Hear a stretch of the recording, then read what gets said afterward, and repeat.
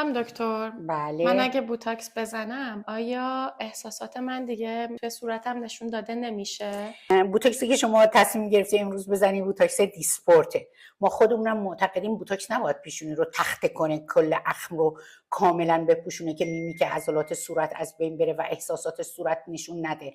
بوتوکس های اروپایی مثل دیسپورت که حتی تایید غذا دارویی امریکا داره، اینا بسیار ملایمن، باعث میشه که یه مقدار بتونی چروک بدی، یه مقدار بتونی اخم بکنی، یه مقدار وقتی میخندی تا یه حدودی چروک بشه. و اصلا اعتقاد این هستش که نباید صورت رو مثل تخته کرد.